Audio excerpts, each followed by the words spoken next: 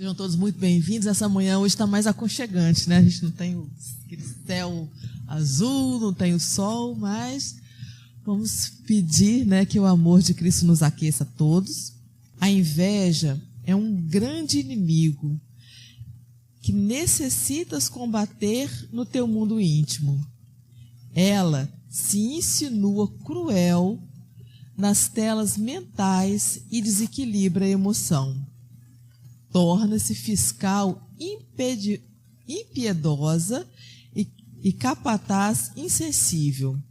Arma ciladas, vinga-se pelo pensamento, através de palavras e da ação. Persegue implacavelmente. Incontáveis crimes se originam da inveja, fora aqueles que não chegam a consumar-se. A inveja é inferioridade que tem de ser corrigida e transformada em camaradagem e satisfação. Por favor, eu convido todos a fecharem os olhos por um breve instante, para que a gente possa voltar a nossa atenção para o nosso interior,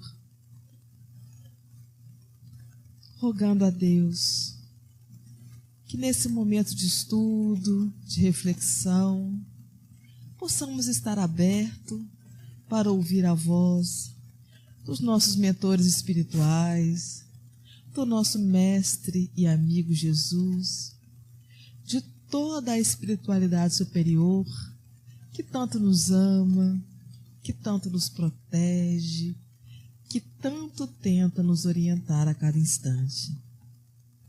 Rogando a Deus que assim, estabelecendo uma profunda sintonia com o alto, consigamos absorver as energias, os ensinamentos, tudo aquilo que necessitamos para o nosso reequilíbrio e para a conquista da felicidade real.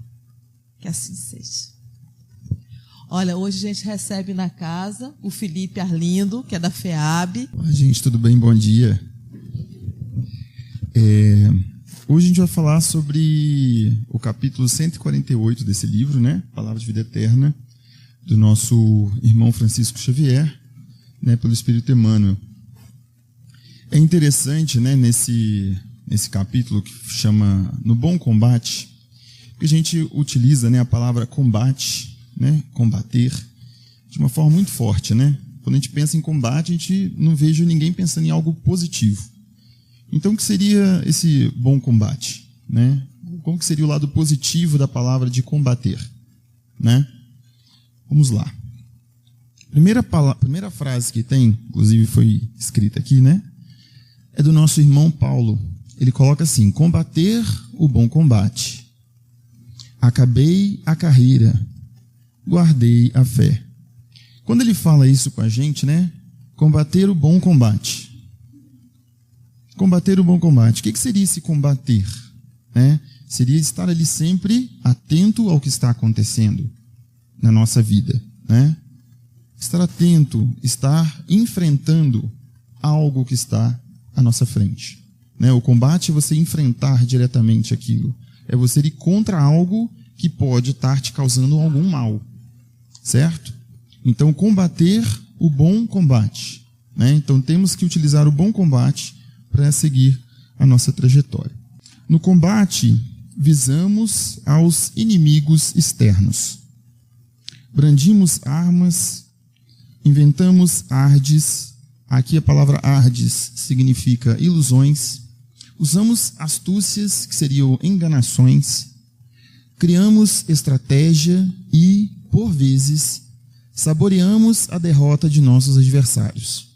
Entre alegrias falsas, ignorando que estamos dilapidando a nós mesmos. Quando a gente pega esse trecho, né, e fala, o que é o combate? A gente consegue observar que não são coisas boas, né? Esse combate que ele está querendo dizer. Não são coisas boas. São ações que muitas vezes a gente faz contra, né, as pessoas que estão à nossa volta, com o intuito de dizer, eu preciso, né, ser melhor do que o outro, então eu vou combater o outro para que ele esteja abaixo de mim. É isso que a gente entende desse trecho, né? E aí a gente pode pegar, por exemplo, uma situação. Quando a gente olha um conflito de forma geral, existem dois tipos de combate, né? A gente tem um combate feito pelo soldado e o combate feito pela equipe médica, vamos dizer assim. São dois combates que acontecem em qualquer conflito.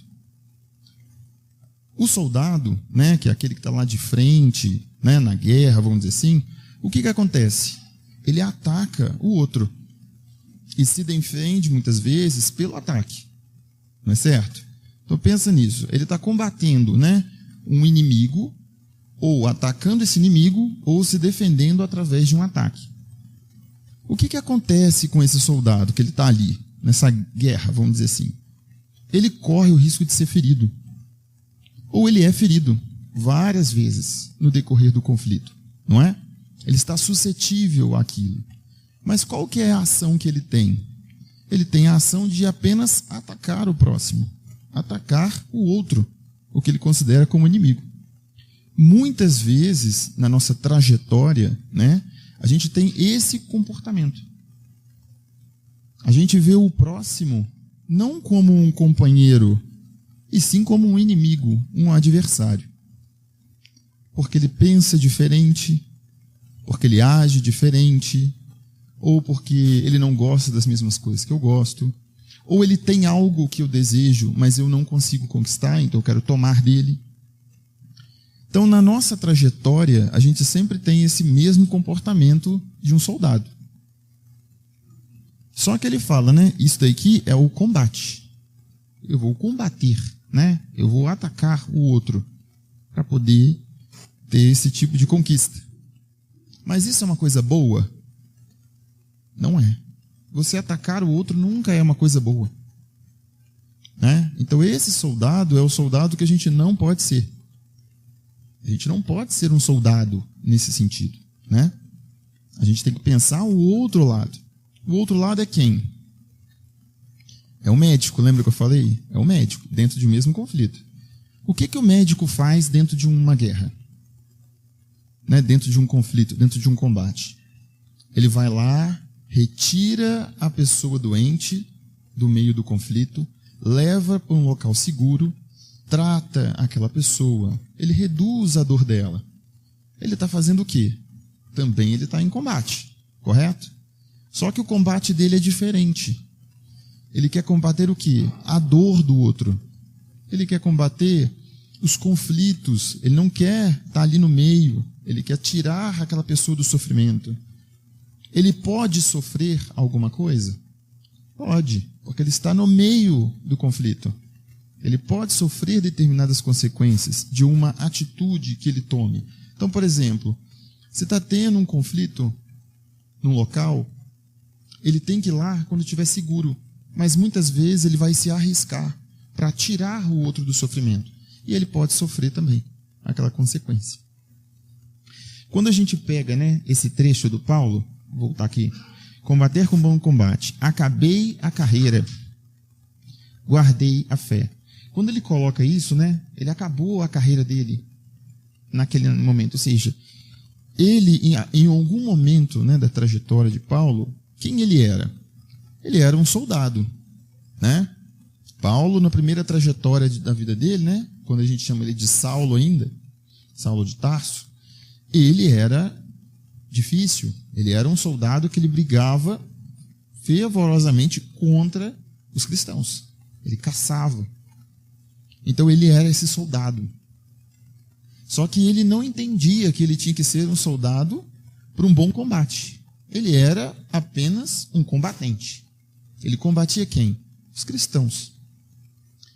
Só que em algum momento, né, da trajetória dele, ele teve essa mudança. E aí a gente vai ver essa mudança um pouco mais para frente, né? Então, quando a gente observa, né, nessa mensagem, principalmente quando ele fala assim, né, no combate visamos aos inimigos externos. Quem são os nossos inimigos externos? Quem são esses inimigos externos do nosso cotidiano? Como que a gente pode pensar, né? A gente coloca aqui, brandimos armas, Se a gente vê alguém que ameaça, né, a nossa paz, vamos pegar aí uma questão de vizinhos. No sábado à noite, ele é o quê? Inimigo do nosso sono.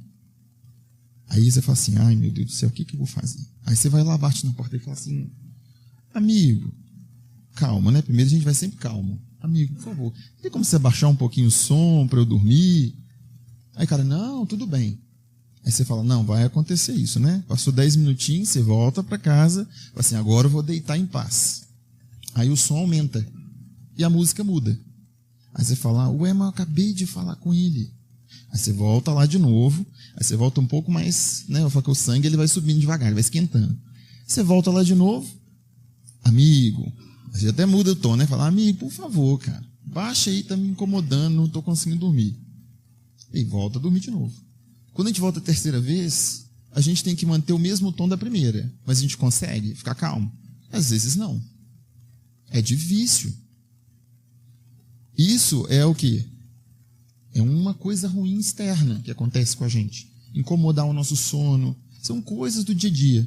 Mas o comportamento que a gente tem diante desse conflito, dessa situação, né, é que vai fazer a diferença. A gente tem que ter o comportamento sempre o mesmo, que é o primeiro. É sempre chegar lá e falar com ele, amigo, por favor, está me incomodando, você poderia baixar um pouco o som? Ou eu preciso dormir, mostrar para ele que o que ele está fazendo é algo ruim, não só para ele, mas também para você. Poxa, o som está um pouco alto, preciso trabalhar amanhã, né? A gente tem sempre o comportamento de ter, no início, eu falo assim, no primeira vez que acontece alguma coisa, a gente sempre tem um comportamento mais tranquilo. Mas manter esse comportamento que é fazer o bom combate, é combater de uma forma muito boa, é você resistir à criação de um conflito contra o outro. Esse é o bom combate. É vencer essas tendências de ter algo mais agressivo, de atacar o outro. É segurar a si mesmo, segurar essa vontade sua e passar a ter um comportamento diferente, de compreensão com o outro, né? Então a gente consegue ver no segundo trecho da mensagem o seguinte: no bom combate, dispomos a lutar contra nós próprios, que é exatamente o que eu falei. Olha como que é curioso. Se você está assim, terceira vez falando com o seu vizinho, por favor, abaixa o som, hoje eu preciso dormir. Você está na terceira vez. Se você não gritar com ele, você já está tendo um bom combate, você está vencendo já uma coisa, porque a sua vontade era gritar. Mas você está lá, resistindo àquilo, né? Às vezes alguém pisa no seu pé, alguém faz alguma coisa que te incomoda, você segura. A pessoa, desculpa. Em vez de você gritar com ela, você fala, não, olha, ela pediu desculpa, tudo bem. E se ela não pedir desculpa, também você tem que falar, tudo bem. Hoje não deu, mas, né, é o que acontece. Dispomos a lutar contra os nossos próprios, assentando assestando baterias de vigilância em oposição aos sentimentos e qualidades inferiores que deprimem a alma. A gente sempre tem que buscar enfrentar os nossos problemas. Os nossos problemas. Não os problemas dos outros. É esse que é. O outro ele tem um problema, a gente vai fazer o quê? Ele é um soldado ferido. Então a gente tem que ser o médico do soldado ferido. Certo? A gente não quer ser o médico dentro de um conflito, dentro de um combate. Então se o outro está passando alguma dificuldade, se o outro está tendo conflito com ele mesmo, e ele pede ajuda, o que a gente tem que fazer não é ir lá e combater ele, não é cutucar no machucado dele, não é piorar a situação dele, é ser o médico e resgatar ele. Esse resgate que a gente faz, que muitas vezes esse soldado, né, que está lá ferido na batalha, ele vai xingar a gente, ele vai falar que a gente não está fazendo o possível, ele vai estar fazendo o quê? Agredindo, né, muitas vezes a gente, porque ele está sentindo dor. Ele está passando por um sofrimento. E o que a gente faz? A gente tem que fazer o quê? Reduzir a dor dele da melhor forma possível. É acalmar ele. É mostrar a ele que aquele sofrimento é temporário, que as coisas vão melhorar, mas que muitas vezes aquele sofrimento que é temporário, ele é necessário. Então é isso que é o ponto. Então, quando a gente coloca aqui, né? Assestando baterias de vigilância, né? A gente, a partir do momento que a gente está fazendo esse bom combate, a gente liga na nossa consciência, né, a chave do seguinte: eu tenho que ficar atento pelas minhas ações. Se a minha consciência, quando a gente faz uma coisa, ela dá aquele sinalzinho, você fala, fiz uma coisa errada. A gente tem que estar sempre atento a esse sinal que a nossa mente, né, o que a nossa intuição está dizendo. E aí no livro, né, o Evangelho segundo o Espiritismo, a gente tem o seguinte trecho: entretanto, se defrontado por semelhantes problemas, é indispensável te municeis de amor e paciência, tolerância e serenidade para desfazeres a trama da incompreensão. Guarda a consciência no dever lealmente cumprido e, haja o que houver, revela os golpes, a melhor ideia, a melhor palavra e a melhor atitude. Perdão, gente, isso aqui não é do Evangelho, é do livro Justiça Divina. Esse ponto, né, que ele traz aqui pra gente, do livro Justiça Divina, fala sobre a questão do enfrentamento das nossas próprias dificuldades. A atenção também pelas questões da consciência. A consciência é a nossa maior aliada. Lembra que a gente sabe que é na consciência que está escrito as leis de Deus, né? Então, quando a gente faz ou tem uma ação errada diante do nosso próximo, a primeira a falar com a gente é a nossa consciência. Então, a consciência é justamente o primeiro passo. Pela consciência, a gente pode arrepender daquilo que a gente fez imediatamente, ou pode ser que a gente não se arrependa de imediato, mas aquilo fica na nossa cabeça. Poxa, eu fiz aquilo com a pessoa, será que ela se sentiu bem? Ou será que eu posso ter causado algum mal para ela? Fica na nossa cabeça esse questionamento. Sempre fica. Enquanto a gente não tirar dúvida com o outro, né? Chega pro outro e fala assim, cara, desculpa, aquele dia eu acho que eu fiz uma coisa que você não gostou, né? Ele, poxa, cara, não gostei. Você fala, tá vendo? Minha consciência não estava errada. Então ela é a nossa primeira amiga, nossa primeira aliada. É ela que vai nos orientar diante das situações. E a gente tem que utilizar ela para se modificar. Só que essa mudança é aquilo, ela é uma ação constante. A gente tem que fazer uma mudança todos os dias. É o esforço de mudança. É a busca para ser um homem de bem. Então esse esforço de mudança diária que a gente tem que fazer é como se fosse uma gota de água na pedra. Uma gota de água muda a forma da pedra? Uma gota? Não. É necessário várias gotas, ficar pingando várias vezes ali em cima, para a pedra começar a criar um desenho novo, mudar a forma dela. Né? Vamos dizer, a pedra somos nós, com as nossas má inclinações, com os nossos defeitos, com os nossos erros, com as nossas falhas. A consciência é essa gotinha que vai pingando toda vez. A gente erra uma vez, a gotinha vai lá e mostra pra gente que a gente não está certo. Aí a gente vai e erra de novo. Aí cai a gotinha de novo. Fala, olha, você fez errado. Aí o que você faz? Você fala, não, da próxima vez não vou. Até que vai chegar um momento que a pedra ela já vai estar no outro formato. Você não vai errar mais. Você vai passar até a ajudar o próximo. Né? Então a gente sempre tomar essa atitude. Então no bom combate, né, dispomos-nos a lutar contra nós próprios. É lutar contra esses erros. E é isso que a gente tem que estar, né, principalmente focado na nossa trajetória. No outro trecho ele traz assim: o combate chumba-nos o coração à crosta da terra, em aflitivos processos de reajuste na lei de causa e efeito. A gente sabe que é o quê? Toda vez, isso é uma questão comum a todos nós, toda vez que a gente provoca alguma coisa a outra pessoa, a gente terá algo de retorno. Um exemplo é, se você... Vou dar um exemplo, tá, gente? Só é um exemplo. Se você pega uma agulha e encosta em alguém, o que a pessoa vai fazer? Ela vai ter uma reação. A agulha, se for só encostada na pele, por cima, não causando dor, ela fala, uai, por que você está me encostando, né? Mas se você fura outra pessoa, ela vai ter uma reação diferente. Então, toda ação que a gente tem diante do próximo, ela vai provocar uma reação contrária. Então, se a gente faz um carinho, né, tem uma situação de afeto por alguém, a gente espera receber algo semelhante. Podemos, às vezes, não receber, mas é o que a gente espera. Sempre tem uma reação semelhante. Então, o que seria isso? O bom combate. Tem um amigo, um colega que ele está muito difícil. Ele está muito bravo, ele está muito nervoso. Você chegar, falar com ele, poxa, cara, não fica assim, calmo perto dele. Pode ser que a reação dele seja o quê? Agressiva de imediato. Falar, eu não quero falar contigo, não quero saber, e vai embora. Na primeira vez. Você colocou sua primeira gotinha dele lá na pedra dele.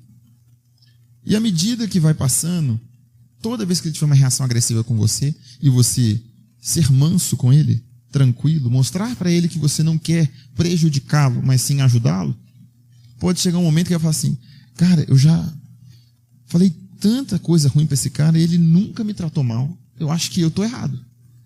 E ele começa a mudar esse comportamento. Ele fala, poxa, cara, desculpa aí, eu te tratei tantas vezes mal. E ele vai mudando esse comportamento. Mas às vezes não é uma mudança imediata, precisa de tempo para ele mudar. Ele precisa dessa gotinha ali da consciência para ir devagar mudando esta pedra. E ele coloca aqui, né, que o combate chumba-nos o coração na crosta da terra. Qual é o sentido disso? Quanto mais ruindade, quanto mais coisas ruins a gente faz para o próximo, quanto mais difícil a gente torna a vida do outro, mais preso à terra a gente vai ficar. Mais difícil vai ser a gente desprender das coisas aqui. Um exemplo que a gente tem é quando a gente, na nossa trajetória encarnatória, né, quando a gente fala em bens materiais, a gente vai adquirindo as coisas, né, a gente vai adquirindo, vai conquistando as coisas de forma justa, a gente fica com dificuldade de desprender delas, né? Então a gente ganha uma coisa ali, a gente vai pregando, a gente tem essa certa dificuldade de desprender delas. Mas, nesse sentido que ele traz aqui pra gente, é no sentido de, às vezes, a gente toma determinadas atitudes de tomar o que é do outro.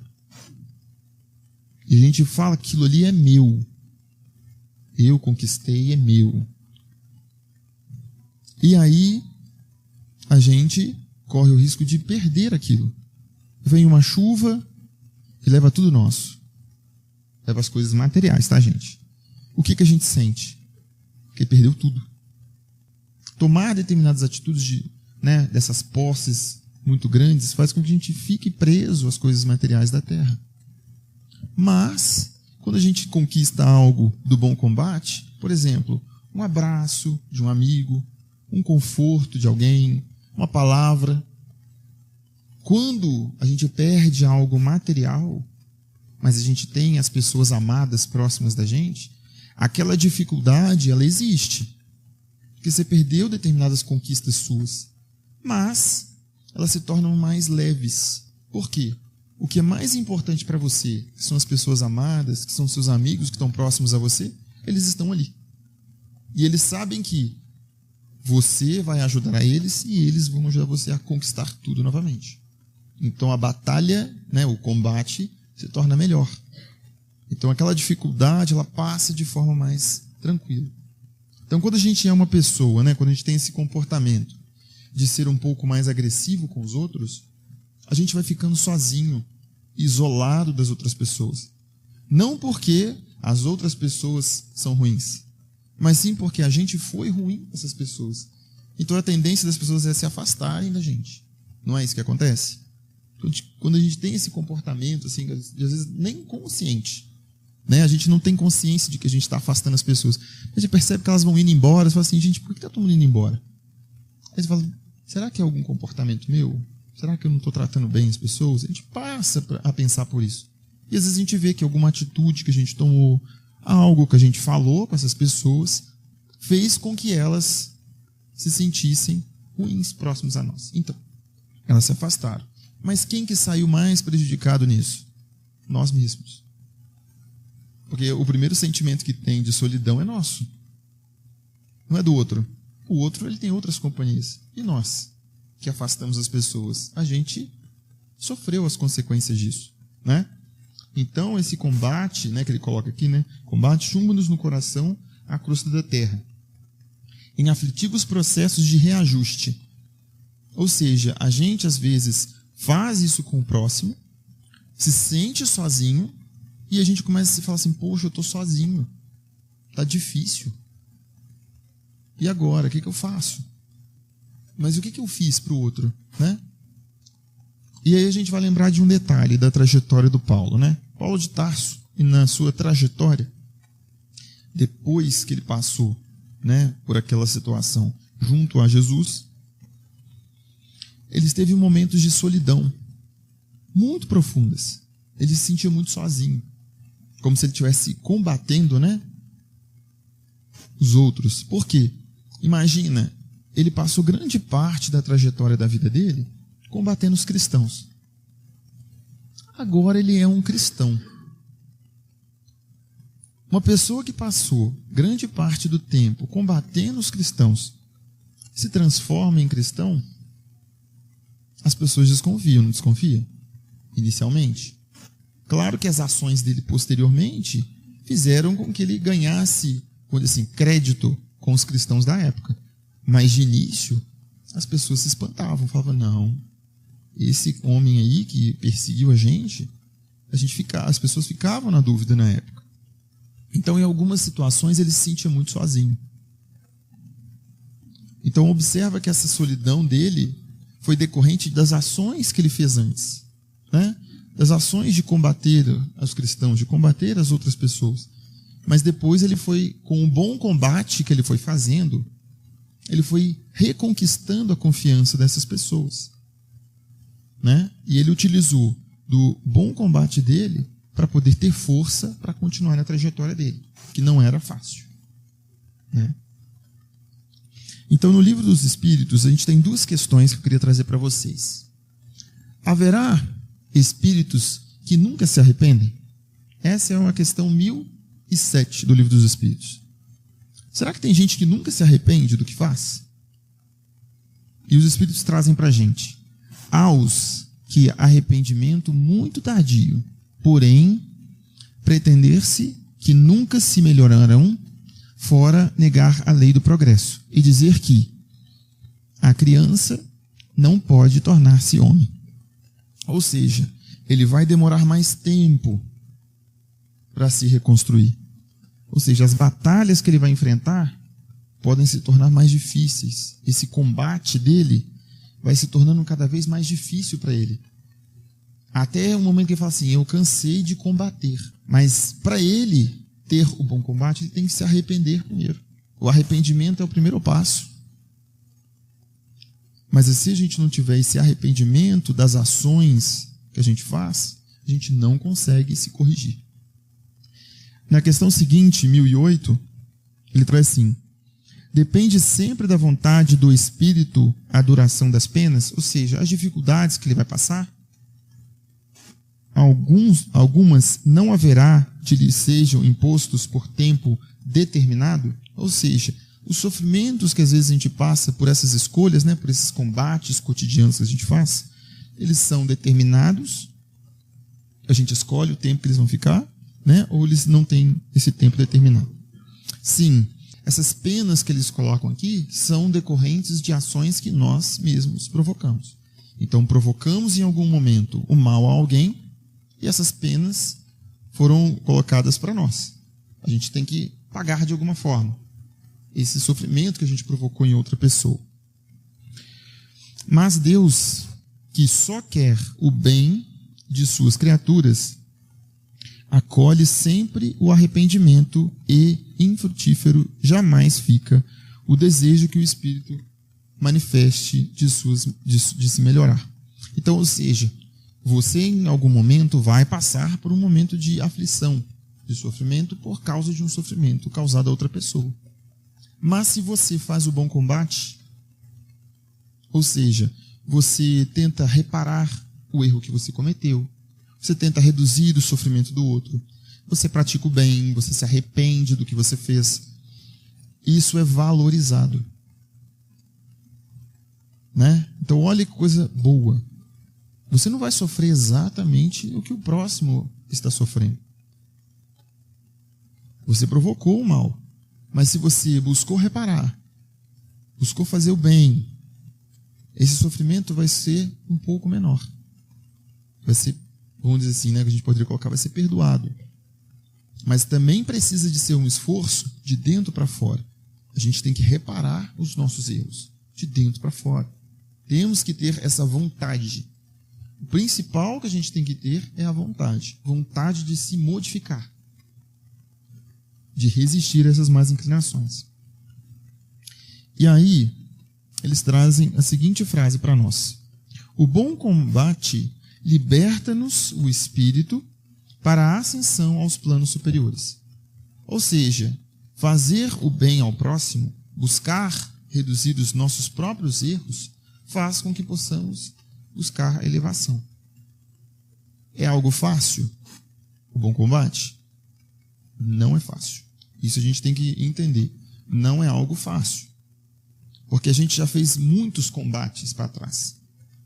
Então, a gente mudar essa postura, né, do combate, dessas lutas, por um bom combate, ajudar o próximo, esclarecer o próximo, levantar o próximo, isso é difícil. Porque às vezes o próximo ele não vai ser amigável conosco. Né? Ele não vai estar ali conosco de forma positiva. Ele vai estar contra a gente. E aí é difícil. E muitas vezes a gente observa, o Paulo de Tarso passou por isso. Ele teve que enfrentar várias situações. Ele foi apedrejado na trajetória dele. Ele foi expulso de alguns lugares. A trajetória dele não foi fácil. Mas ele falou assim, eu vou persistir. E persistiu até o fim. E quando ele concluiu a trajetória dele, ele fala aquela frase. Porque ele mostra que ele está na reta, vamos dizer, no final da trajetória dele. Então temos um trecho aqui do livro Justiça Divina, que traz assim: perguntas muita vez de alma inquieta que vem a ser o bem. Tão diversas surgem as interpretações ao redor do bem por toda parte. O que é o bem? Né? Fazer o bem. Fazer esse bom combate. O que é fazer o bem para o próximo? A gente vê várias coisas na nossa cabeça, né?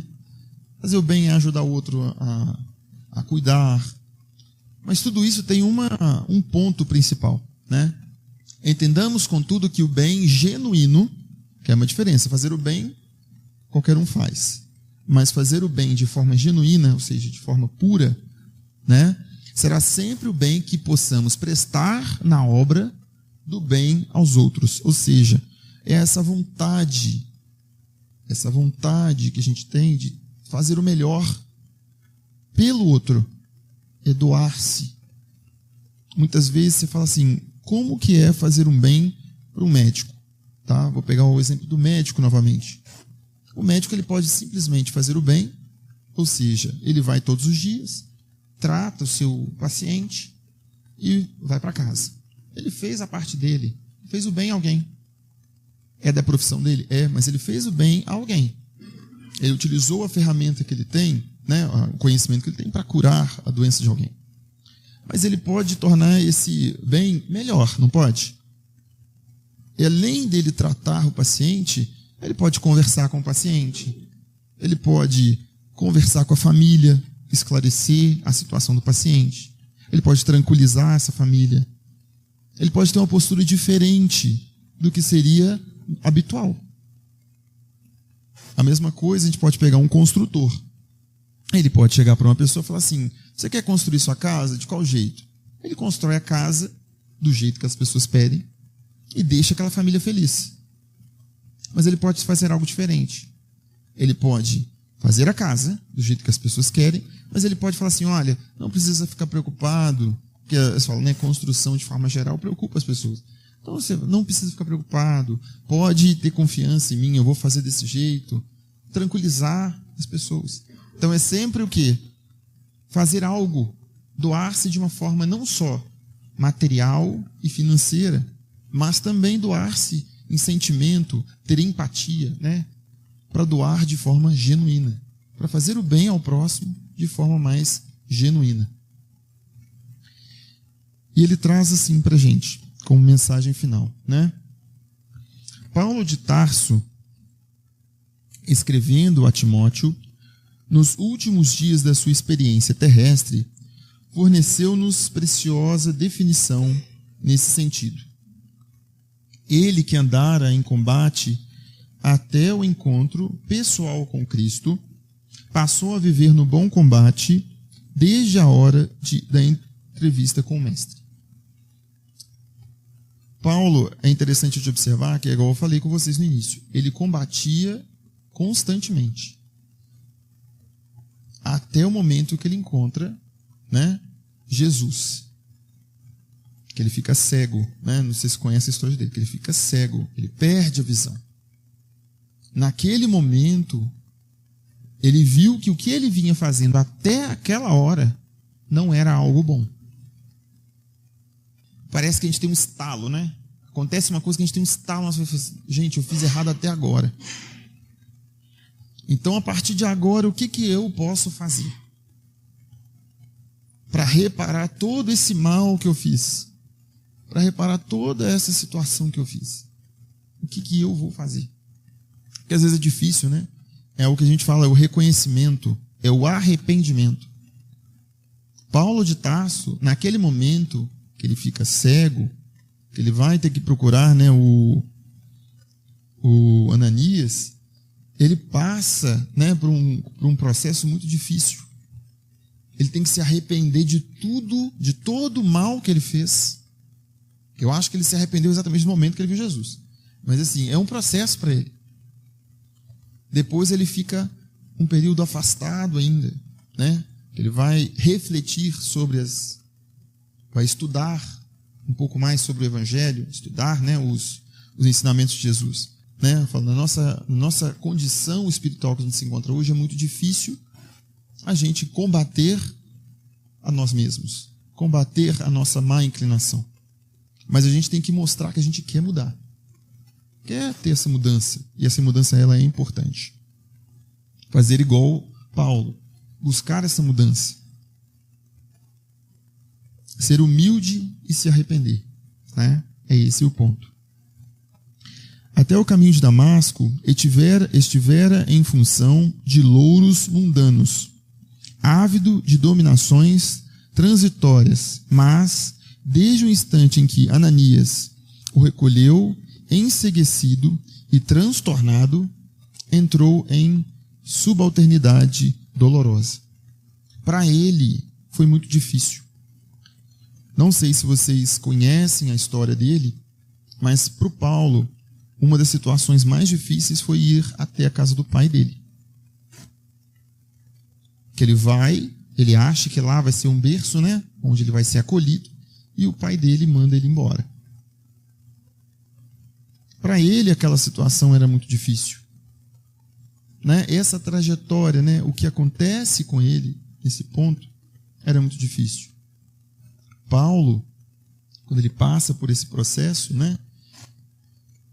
Ele sente, né? Ele sente o peso dessa trajetória dele, dessa dificuldade que ele ia passar, de se sentir sozinho novamente, mas ele lembra que ele tem Jesus com ele. Então ele fala, não, então eu vou continuar.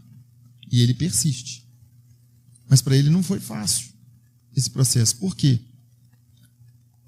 Naquele momento, né, que vamos dizer assim, ele tem que sair de casa porque o pai dele não concorda com o que ele diz. Para o pai dele, o que ele tinha feito, né, que é se converter ao cristianismo na época, era uma afronta, era algo ruim. Hoje a gente encara de forma diferente, né? Ser cristão é algo bom. Mas para eles na época não era tão bom, não era nem um pouco agradável. E o pai dele queria o quê? Que ele fosse, né, uma pessoa importante para Roma. Né? Ele já era uma pessoa importante, ele era uma pessoa politicamente importante na época. E ver o filho dele se convertendo foi algo muito ruim para ele naquele momento. Que é o quê? Para ele estava combatendo. Ele falou assim, se eu mostrar para meu filho que isso é ruim, meu filho vai se arrepender e vai voltar. Mas não foi isso que aconteceu. O pai dele não concordava, do fato dele se tornar cristão, e ele falava: eu preciso ser cristão. Eu preciso mostrar aos outros que o que eu estou fazendo é bom. E que o que eu combatia antes não era o que eu pensava. Né? Ou seja, o que eu combatia antes era o quê? O cristianismo. E o cristianismo não é algo ruim, e sim algo muito bom, que traz conforto, que traz amor, isso que é importante. Ele traz aqui ainda: incompreendido, desprezado, apedrejado, perseguido, encarcerado várias vezes, abatido e doente, jamais deixou de servir a causa do bem, que abraçara com Jesus, olvidando males e achaques, constrangimentos e insultos. Ele passou por vários problemas, né? Ele passou por várias situações muito difíceis. Mas isso não fez com que ele desistisse. Porque ele viu que o que viria depois disso, né, depois dessa trajetória, ia ser algo muito bom. Lembra que eu falei com vocês que o Saulo de Tarso, né, antes dele se tornar Paulo, o Saulo, ele era muito rigoroso. Ele punia mesmo os cristãos. Então esse rigor que ele tinha, né, acabou depois virando contra ele. As pessoas que ele ensinava que deveriam perseguir, as leis que ele criava de perseguição, se voltaram contra ele. Nessa segunda parte da trajetória, vamos dizer assim, quando ele se tornou Paulo. E isso é importante, é ele ter se arrependido do que ele fez. E ao mesmo tempo reconhecer que aquela dificuldade que ele passava, além de ser uma forma dele pagar os males que ele provocou, também era uma forma de mostrar aos outros, através do exemplo, o que deveria ser feito. Ou seja, apesar do sofrimento, apesar das dificuldades, apesar de todos os empecilhos, eu devo persistir em fazer o bem, fazer o bom combate. Ele coloca ainda: ao término, porém, da carreira de semeador da verdade, o ex-conselheiro do Sinédrio, aparentemente arrasado e vencido, saiu da terra na condição de verdadeiro triunfador. A trajetória final do Paulo, né, quando ele vai para julgamento, né, diante do imperador, que ele tinha, né, ele teve essa oportunidade na época, por ele ser, né, um conselheiro do Sinédrio na época, ele mostrou, né, para esse imperador, no caso, eu não lembro o nome exatamente do imperador, mas era um dos Césares. Ele mostra, né, para ele o seguinte: o que eu estou trazendo aqui é algo bom. O que eu estou mostrando é algo bom. E esse imperador se sente ameaçado. Mas Paulo estava conquistando tantas pessoas, né? Tantas pessoas naquela época, que o que ele faz? O imperador não era bobo. Falou assim: não, a gente vai perdoar você. Mostra, né, esse gesto de perdão. Manda Paulo, junto com outros soldados, para um local isolado. E lá, Paulo sofre, né, a penalidade dele. Mas olha, observa esse trajeto final. Até no último momento da trajetória dele, Paulo ensinava. Mesmo ele estando arrasado. Ele já tinha sido preso várias vezes, tinha passado fome, estava apedrejado, machucado. Mesmo assim, ele mostrava que o bem, fazer o bem, valia a pena. Então, a gente vai para guardar, né, para a nossa trajetória, para encerrar, vamos lembrar da seguinte mensagem, que isso é o mais importante para nós hoje. Amarás o Senhor teu Deus de todo o teu coração, e de toda a tua alma, e de todo o teu pensamento. Este é o primeiro grande mandamento. E o segundo, semelhante a este, é: amarás o teu próximo como a ti mesmo. Mediante esses dois, né, amar a Deus sobre todas as coisas e ao próximo como a ti mesmo, como a gente fala várias vezes e repetidamente, é que a gente vai fazer o bom combate. Se a gente ama o próximo como nós, a gente não vai querer machucar o próximo. A gente vai querer cuidar do próximo, porque a gente gostaria de ser cuidado quando a gente estiver doente. E sempre lembrar que a gente nunca está sozinho. A gente está sempre acompanhado de Deus. Muito obrigado. Então, meus amigos, bom dia a todos. Nós vamos agradecendo ao Felipe, o seu estudo, trouxe para nós a pesquisa que realizou. Nós vamos nos preparando para encerrar os nossos trabalhos na primeira parte, agradecendo a Deus nesse momento pela oportunidade que tivemos de estar junto, essa família maravilhosa, com os mesmos propósitos, com os mesmos pensamentos, mesmos sentimentos. E numa prece a Jesus nesse momento, a Deus nosso Pai, é que nós vamos dizendo a Ele o quanto estamos felizes nesse momento por ter a oportunidade de adentrar esta casa, de estarmos juntos, buscando enriquecer o nosso coração, buscando firmar os nossos propósitos de, a cada momento, ser melhor hoje do que ontem.